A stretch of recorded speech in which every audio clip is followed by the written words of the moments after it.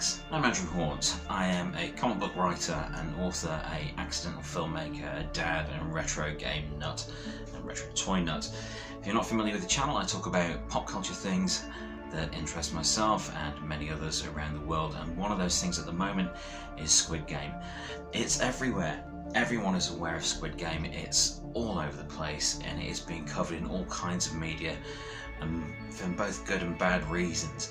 Yeah, there's a lot of hype about it at the moment, about it being a game-changing TV series and an absolutely essential thing to watch. There's also some rather negative things about the show where parents have been letting kids see it and kids have been aware of it, and to the extent where they want to copy the games that are in the show. And I think it's an interesting side effect of a pop culture phenomenon such as this, because this has happened before with other things where kids have wanted to reenact things that they may have seen or they may not have seen. For point scoring at school, we all did that.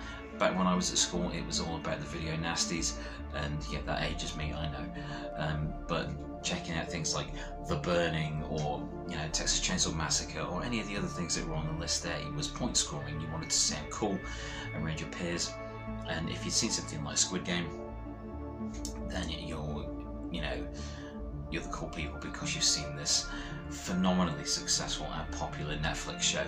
It's Korean, so not only is Korea supplying some amazing pop music and just pop culture icons at the moment with things like, of course, BTS and Blackpink and CL and so on. There's so much attention on Korean pop culture at the moment, and that's so cool because anything that could be taken in from other countries and other cultures is just going to enrich the pop culture around the world and just make things more fun and gives you more to enjoy.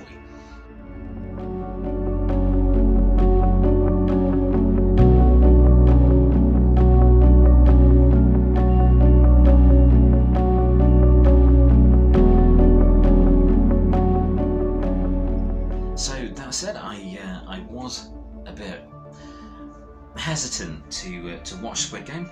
As I am with most things that get hyped up to this level, I tend not to watch them straight away. I tend to avoid them because anything that gets hyped up, I just get kind of sick of hearing about it, to the point where if I do check these things out, they're not going to live up to the hype.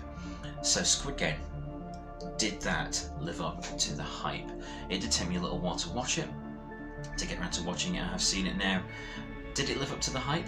In many ways, it really did. In some ways, it doesn't, because of the way the media has been talking about Squid Game and the way it has been sensationalized to such an extent. It's made out to be a lot more violent than it really is.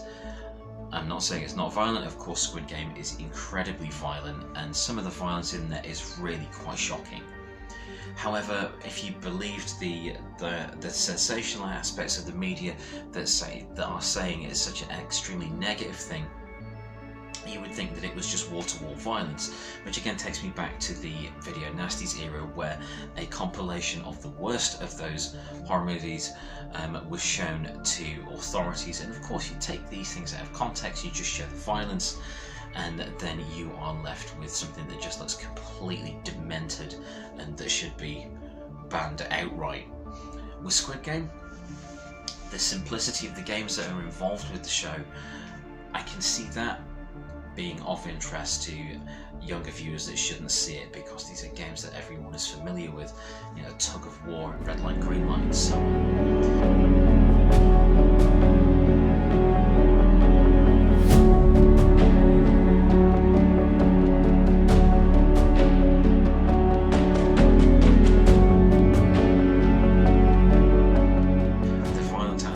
Is exciting to younger viewers, and when you watch the show in the context of the story, the violence works well. It works well in its favour. It is incredibly well made, and because the violence is sporadic and not constant, when it does happen, it has a great deal more impact. And why is that? That is because the main strength for me of Squid Game is the fact that you care about the characters and what happens to them.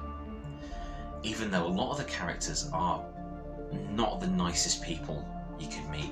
They are really interesting, and they are interestingly portrayed. The cast is fantastic unless you watch it with a dub. Oh my god, don't watch it with the dub. The English dub of this show is terrible. It's... oh my god.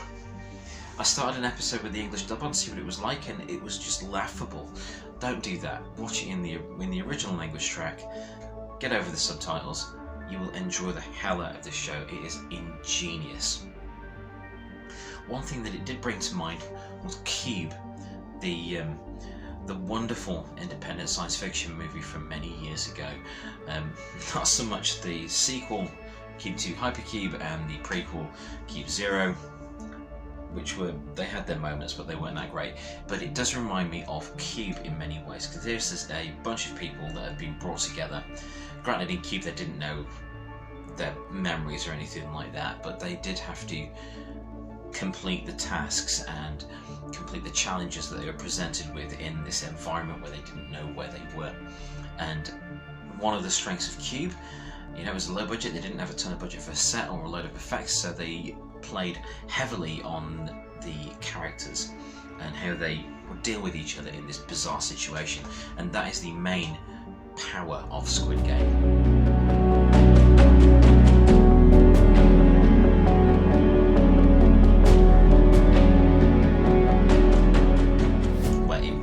Surprised that the depth of investment that you get in these characters, it's incredible. Even the characters that are dicks, you want to know what happens, and they are compelling. They are uniformly compelling.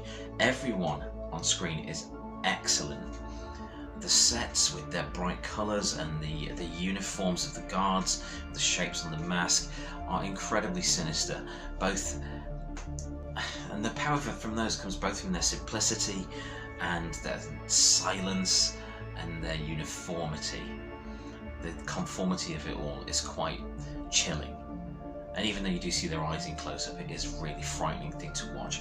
But it is a powerful character piece and a study of how these people deal with the situation they are in and each other. The alliances that are formed, the betrayals.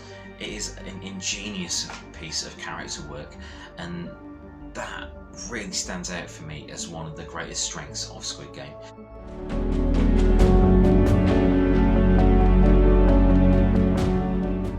The violence and the costumes and things are the things that the media are picking up on, but for me this show is just an incredible look at how a bunch of people that are not the nicest people in the world try and get through a completely insane situation.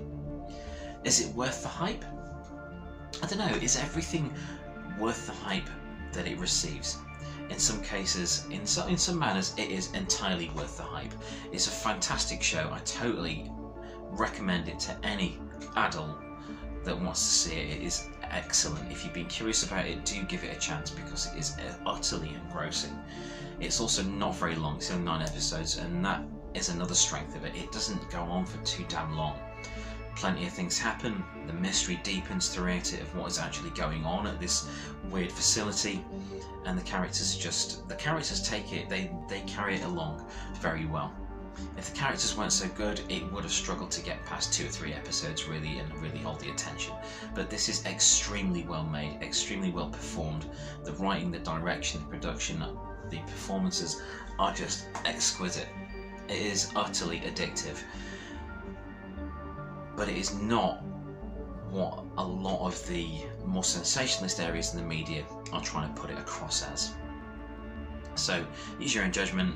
Don't show it to your kids though. It's not suitable for kids, and it will give it. I can see why it is giving kids that have seen it or that are aware of the games and the setup of it inspiration to try these things out for themselves, but it is totally not appropriate for children at all. However, it is a damn fine show. So, Squid Game, was it worth the hype? Yeah, it really was.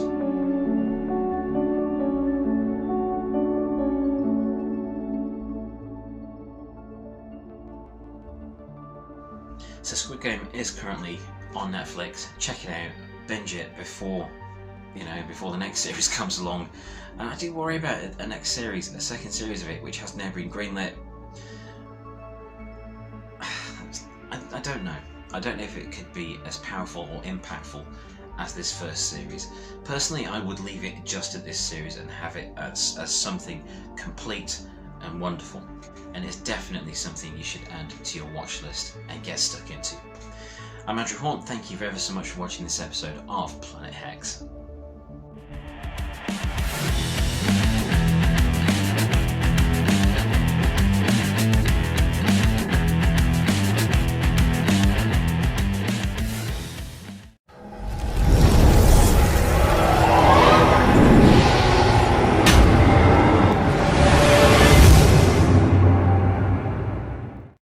Thank you for watching. Please like, share and subscribe.